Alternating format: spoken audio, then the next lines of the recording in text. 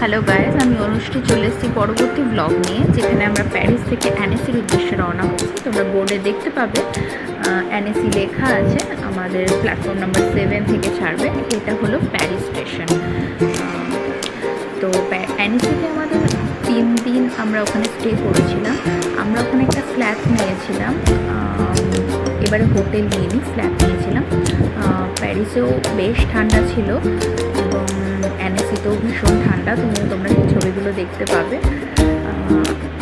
এটা হলো অ্যানেসি যাওয়ার জন্য ট্রেন। তোমরা দেখতে পাচ্ছ এখানে 2 স্টোরের ট্রেন। এটা ভেতরে রুম হিটার অ্যান্ড অল থাকে, এটা তোমরা সবাই জানো। ট্রেনের ভেতরে ডে ট্রিপ ছিল, ফলে দিন পৌঁছে গেছিলাম দিনের বেলাতে। এবারে তোমরা দেখতে পাবে, আমি তোমাদের দেখাবো অ্যানেসি শহরটা কীরকম। অ্যানেসি হলো ফ্রান্সের একটা ছোট্ট শহর, সাজানো গোছানো টিপটপ শহর। এটা হলো অ্যানেসি লেক, যেটা পাহাড়ে ঘেরা।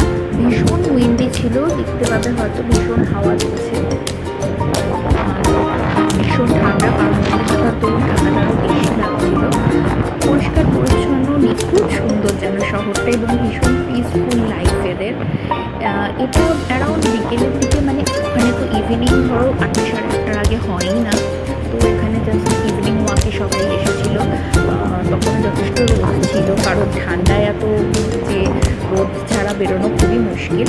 এটা একটা ব্রিজ, ভীষণ সুন্দর। এখানে অনেক রকম চার্চও আছে। মেন অ্যানেসি লেকটাই, যেটা তুমি যেখানেই থাকো না কেন, চতুর্দিক থেকে লেকটা তুমি দেখতে পাবে এবং ভীষণ সুন্দর। আমরা স্টেশনের কাছে একটা ফ্ল্যাট নিয়েছিলাম। এখানে আমার ছেলে প্র্যামে রয়েছে, ওর বাবা ওকে এন্টারটেন করছে। আমি যে তোমাদের জন্য কিছু স্ন্যাপ রেখে যাব, যেখানে তোমরা অ্যানেসিটাকে আরও ভালোভাবে দেখতে পাবে কেমন। আর এর পরবর্তীকালে আমাদের ডেস্টিনেশন হচ্ছে সুইজারল্যান্ড। ওটাই আমাদের সুইজারল্যান্ডের উদ্দেশ্যেই আমাদের এত বড় ট্রিপটা প্ল্যান করা। আমি ডেফিনেটলি সেখানকার ফটোগ্রাফ, ভিডিও সমস্ত কিছু তোমাদের সাথে শেয়ার করার চেষ্টা করব। ততক্ষণ সঙ্গে থাকো।